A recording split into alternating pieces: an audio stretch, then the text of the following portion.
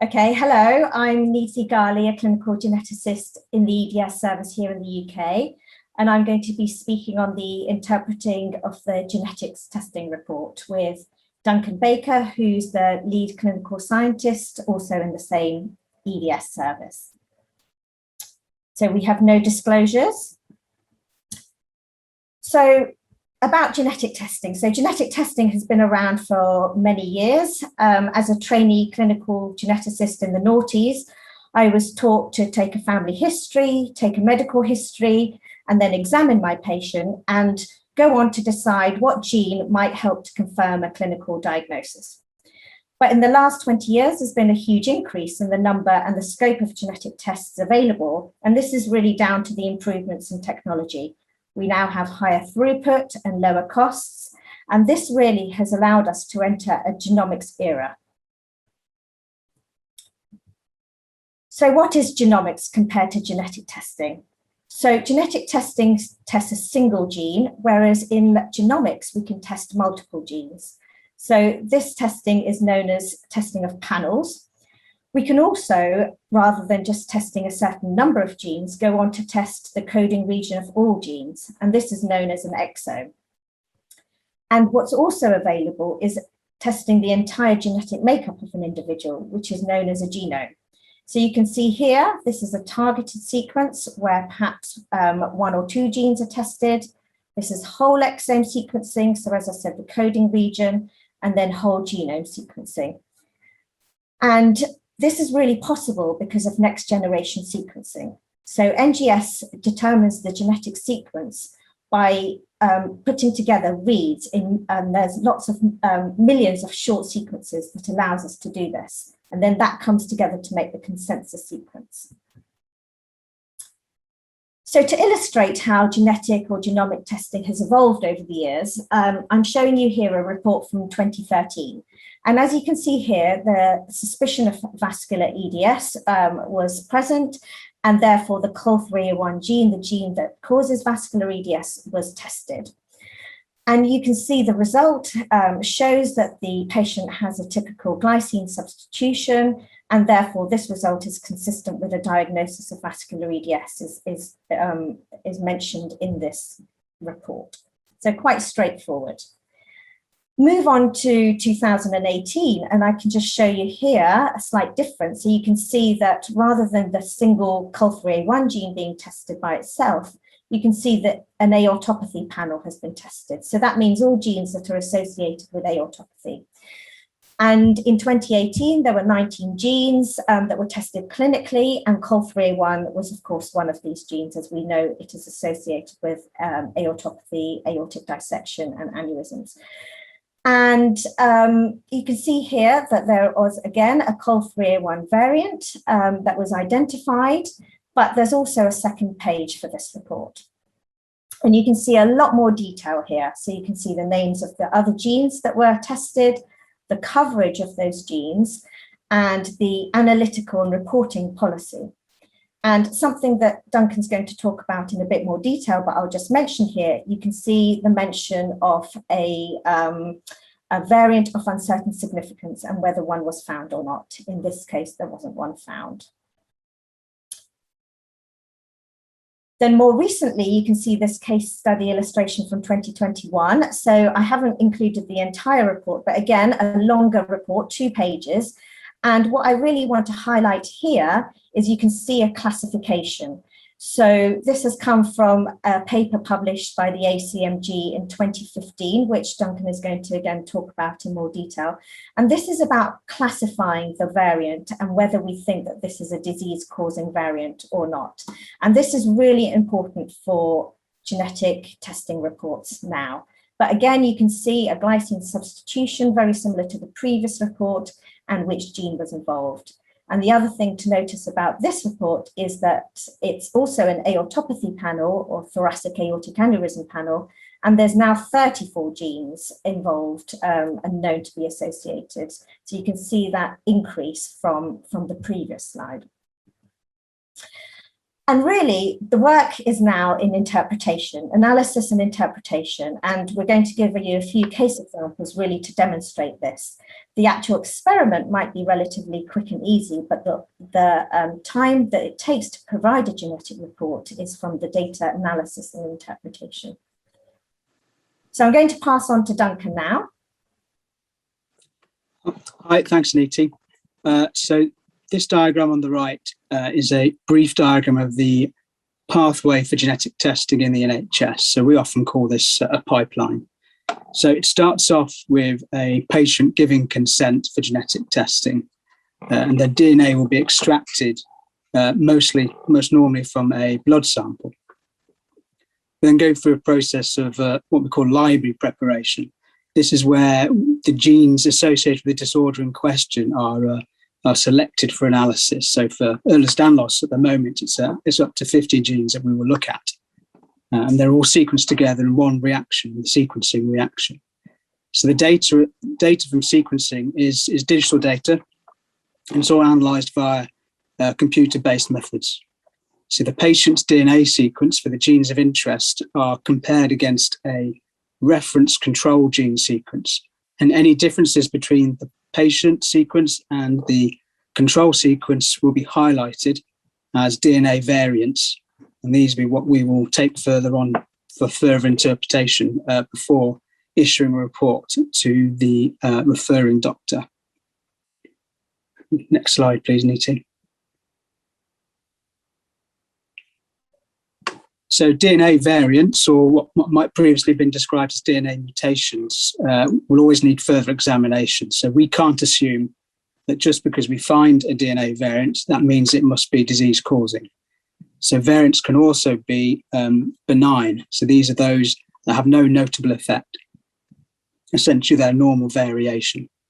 As Neeti has previously mentioned, we classify variants now according to the ACMG. So that's the Association the American College of Medical Genetics, which was first published in 2015, but has since been updated in UK guidelines. So this classification criteria for variants has a 5-point scale to assign pathogenicity, ranging from benign to pathogenic, including a category for uncertain significance. So the benign or likely pathogenic variants will not be disease-causing, and therefore they're not reported, as they may be considered normal variation. The variants of uncertain significance, these are those that we do not have sufficient information to reach a judgment on. So essentially, we do not know if they're pathogenic or benign. They may be reported if we decide that there's a reasonable possibility that they may truly be disease-causing once we have more information. You'll notice that there's likely pathogenic and pathogenic descriptions of variants. And the difference between these two is the amount of evidence supporting their pathogenicity. So it may be good evidence versus excellent evidence. However, both are treated the same. So both are reported as disease-causing. So what types of evidence do we need to make decisions on DNA variants? The types of evidence will include how often it is seen in the general population, so the frequency. For example, if it's seen in 2% of the general population, it's extremely unlikely to be disease-causing, as many people would have that disease. Secondly, the type of variant is important. So what does the variant do to protein structure? So some variants will fundamentally alter that structure of the protein. It can perhaps make it non-functional or give it slightly different functions. And it's also worth identifying whether any other patients with the same disorder have the same variant. And this will give us some further confidence that it's likely to be disease-causing, particularly if it's not seen in the general population as well. Knowing the inheritance of a variant, so whether it's been inherited from a parent or not, and whether or not the parents are affected with the same disorder, can really help us make a further decision on pathogenicity. So if a parent has the same variant but does not have the disorder, this makes it less likely that the variant is disease-causing, but that's not an absolute rule.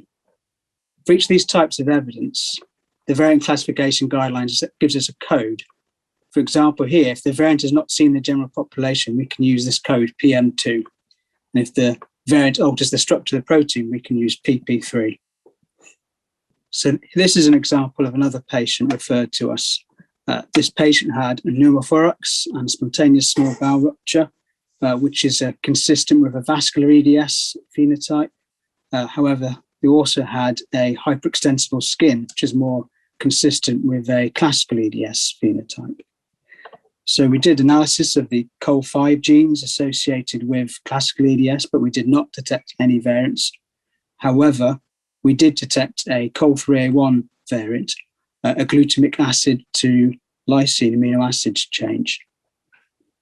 And this was originally classified as a variant of uncertain significance.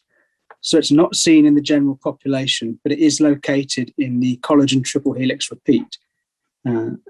And the Revel score, which is a measure of how much of an effect on protein structure the variant is likely to have, was suggestive of this variant being disease-causing. But these evidences alone were not enough to classify the variant as pathogenic, so it remained a variant of uncertain significance. So further testing was done. Parental analysis showed that the variant was de novo, so neither parent had the variant. But it was also found in two unrelated families, the same variant. And this allowed us to classify the variant as pathogenic, these extra bit of evidence, essentially same patients with the same variant. And in those families, the variant was shown to segregate with disease so that all carriers of the variant had the disorder. So this particular example does demonstrate the value of when we find a variant of uncertain significance, it's worthwhile performing extra studies and review of the variant. Because like in this case, sometimes you can upgrade a variant to pathogenic. Next slide, please, Neeti. So similar to that particular patient, we found the other families with the same COL3A1 or similar COL3A1 variants, so a glutamic acid to lysine change. We published this in a series 2 years ago, as it's a slightly unusual change in COL3A1, but does appear to cause a consistent phenotype that has both features of classical and vascular EDS, as in the previous patient. For example, the skin hyperextensibility is common in these families, but is not normally considered part of a COL3A1 phenotype. So this is an example of a family tree or a pedigree that we would draw in our clinics. And really, this is just to illustrate the difference perhaps between genetic testing when we're first testing that very first individual in a family, which can take many months because we may be testing the entire COL3A1 gene or a number of different genes at the same time, and how sometimes you can get some variability in the family. So it's not always the oldest person that may be diagnosed first. So, for example, in this case, there was the patient in one of the younger generations who was thought to have vascular EDS because of a bowel rupture, and then their aunt who went on to be tested here, and COL3A1 variant, pathogenic variant, was identified. And then we offer what is called cascade testing, so testing of other family members. So you can see here the eldest generation was one of the people to then be subsequently diagnosed, so that then other relatives on this side could be offered genetic testing. So of course, when you're looking for one specific variant, the testing is going to be quicker and the report is going to be much more straightforward. And in terms of cascade testing, we can offer sometimes diagnostic testing. So that means where perhaps we're suspicious that that an individual has some of the features associated with vascular EDS, or it may be pre-symptomatic testing where in fact they don't have any clear features of vascular EDS, and we are testing to see whether they carry the variant, to see whether they might develop signs of the condition. And this family really highlighted the intrafamilial variability that you have, where maybe some of the older generation didn't have significant signs and symptoms of the condition. So I also have a case example which then highlights some of the issues that come out from broader genetic testing that we talked about earlier. So this is a case example of a 2-year-old boy who had been recently adopted by his grandparents. He was referred to clinical genetics with global developmental delay, joint hypermobility, and an antenatal chylothorax. And because of this constellation of features, genetic testing was considered, but genetic testing for Noonan syndrome was negative.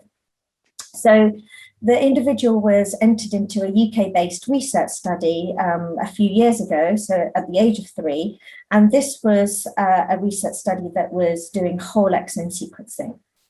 And actually, by the time he was reviewed a few years later, the developmental issues had lessened. There was still some joint hypermobility, but it was more the distal joints, and there were a few remaining behavioural problems as a 6-year-old. And when we got the exome, result, you can see here that there was a COL3A1 variant identified, and I'll pass you on to Duncan for this. Thanks. So this variant detected in COL3A1 is of a less common nature than what we might normally expect. So it's a deletion of 6 amino acids from the collagen triple helix repeat. And so the repeat sequence itself is not actually disrupted, but overall it is shortened. It's important because this repeat structure is absolutely vital for the function of the COL3A1 collagen molecule. And this is the most common location of pathogenic variants in this gene.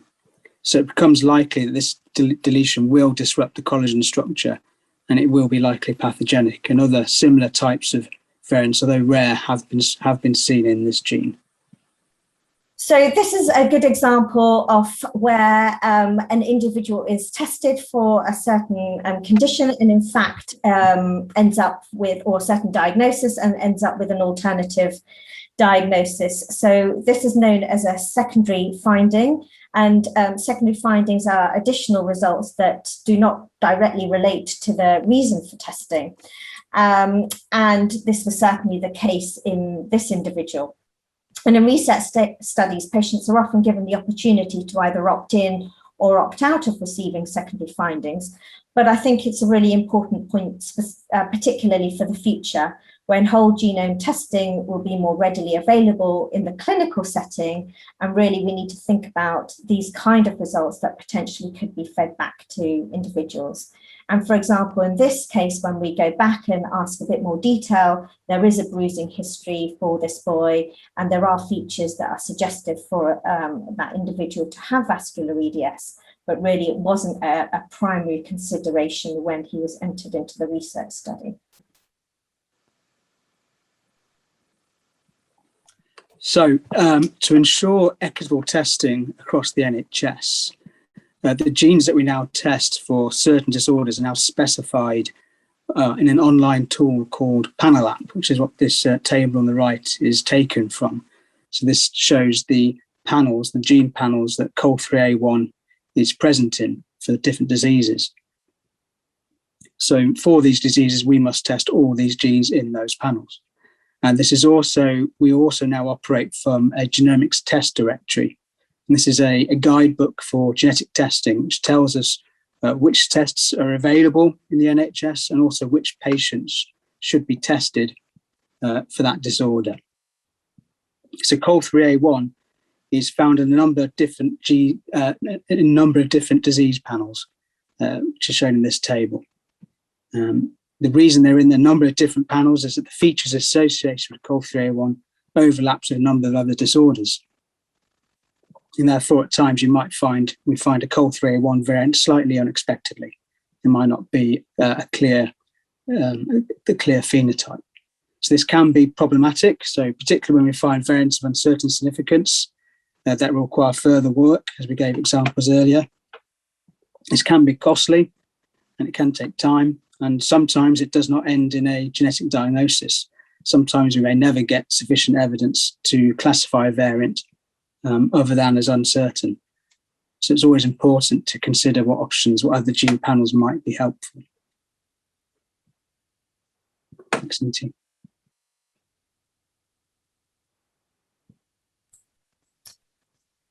So our final slide, just to summarise, I think we've highlighted that genetic testing reports may look very different, and I'm sure I've just shown you from the UK, but I'm sure they also look different from different countries, and this can be very dependent on when the testing has taken place, how the testing has taken place, the method of testing, and also the reasons why, whether it's because there's a familial variant or not. And sometimes the result and report can be very complex, and it can leave you with more questions than answers. And this can sometimes be very frustrating for patients and families. And finding a variant of uncertain significance is more common amongst large-scale tests. It's just the nature of it. So it's something that we're dealing with more and more. I think it's important to highlight that genetic testing reports may evolve over time. And we've given an example of this. Sometimes we need follow-up tests, such as testing parents, testing other family members, sometimes even doing functional studies. But all in all, genetic testing does allow for an accurate diagnosis, a firm management plan, offering the testing for other family members, and also pregnancy-related decisions. So if you have a report and you're not sure about the content of it or understanding the details of it, we would really emphasize to ask the specialist who has given you the report or requested the test for more information.